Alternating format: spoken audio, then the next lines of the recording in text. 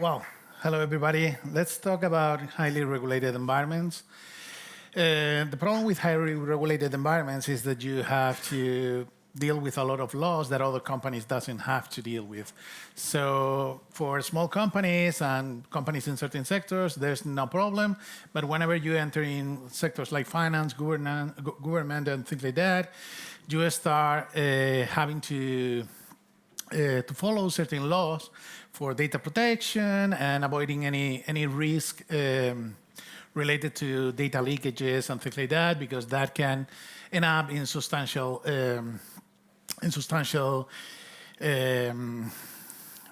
fines and things like that. So what is the first reaction of a company in these kind of sectors? The first reaction is to block in the AI. So AI is a very new, generative AI, it's a very new topic, relatively new topic, and has a lot of implications. We are seeing a lot of new things, a new way of attacking AIs, like prompt injection, etc. So, and also there's other problems related to data leakages and how that data gets into other servers and how that data can be compromised. And that is probably a no-go for a lot of regulated companies. So that is the problem that we are trying to solve here. The first reaction, it's going to be blocking AI. And I think it's kind of a good decision. You need to decide that if you want to preserve your security, because there's a lot of uncertainty. Actually, there's examples like Samsung blocking the use of AI because they detected code leak. Also, Wall Street banks doing a lot of, banning basically the use of ChatGPT. So this is a good first step, but you can't stay there for a long time, mainly for two reasons. One of them is about productivity. You are losing a huge productivity boost that comes with AI. There is a lot of people claiming like crazy 4 to 12x velocity. I don't think that are the numbers yet, but I clearly see a lot of performance improvement in terms of engineers.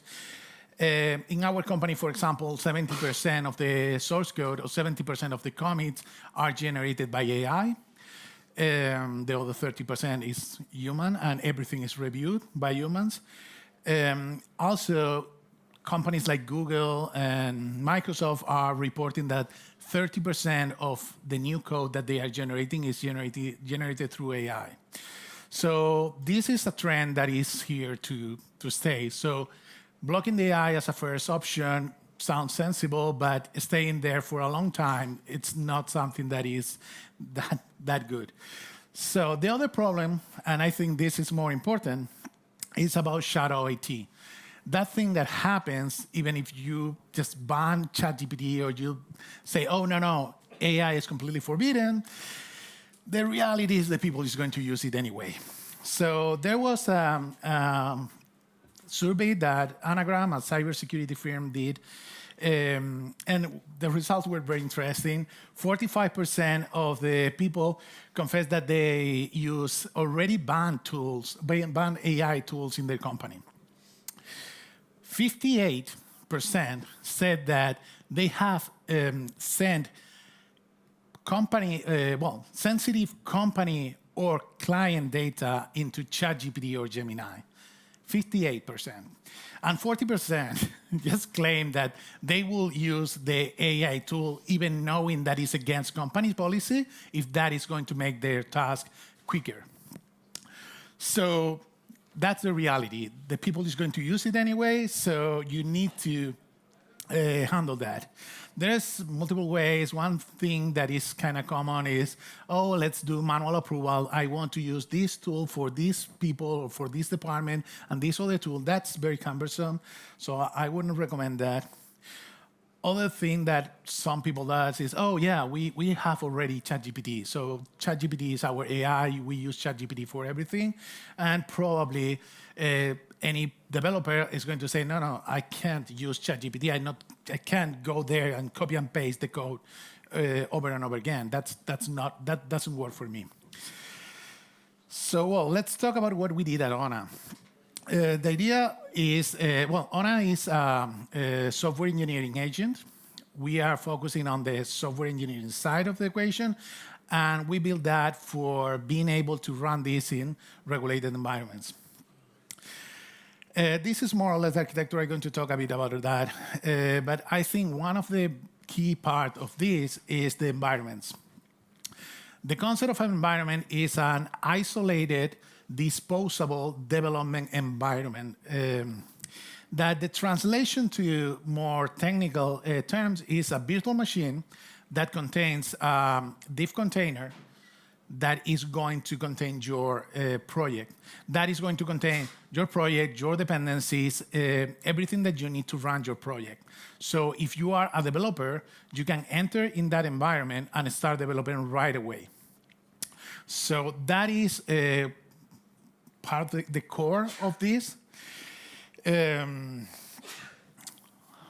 On top of that, disposable and isolated environments, we run the agents. So this way, what we have is agents that can run in parallel, so they are not interfering with each other because they are running in completely independent virtual machines. They can break everything, and doesn't matter because they are in disposable environments. So if something breaks, you just discard that and create a new one, doesn't matter.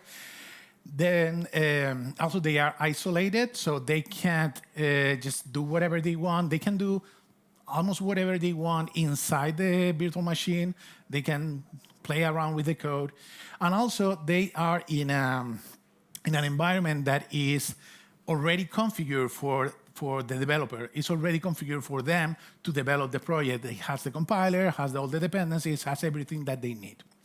And it's not in your machine, so it's not breaking anything in your machine or something like that. Also, we provide guardrails. That is very important here. We have admin controls like what things can the agent execute, can access what networks and things like that. For sure, everything has audit logs to ensure that everything is properly tracked. VPC hosting, that means that all the things that I'm talking now is like, oh, you do all these controls and all that stuff, but everything can run in your own VPC, in your own virtual private cloud. So if you have AWS or Google Cloud, you can run all your environments in your own VPC. We don't have access to your data. We don't want access to your data. So that is one of the more important points here. Your data stayed in your servers, stayed in your network, and we don't see any of your code, any of the things that are happening in your systems. Then what we have is the integration part. That is another important piece. Whenever you have this running in your VPC, in your network, you can connect, for example, to your GitLab or your GitHub or whatever provider you have there for the source code, and that happens in your network. That we don't do man in the middle or anything like that ever. The same with the models. You can use Anthropic, you can use Bedrock, you can use Vertex. Use whatever you want, and you have the communication between your agent and your LLM provider directly in your network. And well, we provide also our own cloud that allows you to run all these instead of your VPC in our VPC, but that's not necessarily for regulated environments. And the final part is how that is accessed. Normally, you access that through, you can access the environment through SSH. You can log in the environment, do things, do whatever you want inside the environment because it's just a virtual machine, normally a Linux virtual machine, that you execute things on it. So you can SSH as a user. You can connect using an IDE, using, for example, the web, Visual Studio Code web that we have and provide to you. But not only that, we can use a regular Visual Studio Code connecting your environment or cursor or whatever. All that happens in your network. Again, you connect directly to your environment. You don't go through us for anything. So that's pretty cool. Also, well, we have other things like different clients that you can access to the system using mobile, using web, using different clients. So you can start, for example, working on your bug, on your issue in your laptop because it's very comfortable, and suddenly you get a call and you have to go somewhere. So you continue the development through the mobile and ask the AI to changes, and whenever you reach home, you have dinner, and then you go to bed, and you pick the mobile and say, okay, this is the answer. Oh, do these changes and go to sleep. In the morning, you have some other changes to review. So it's pretty cool. But what is doing ONA? This is happening all in the cloud. It's in your AWS or in your Google Cloud. ONA is the one that is responsible for orchestrating all that. So ONA, the idea is that all your VPC, all your cloud, runs this concept of runner, and the runners connect to ONA to get information about what environments I have to run, what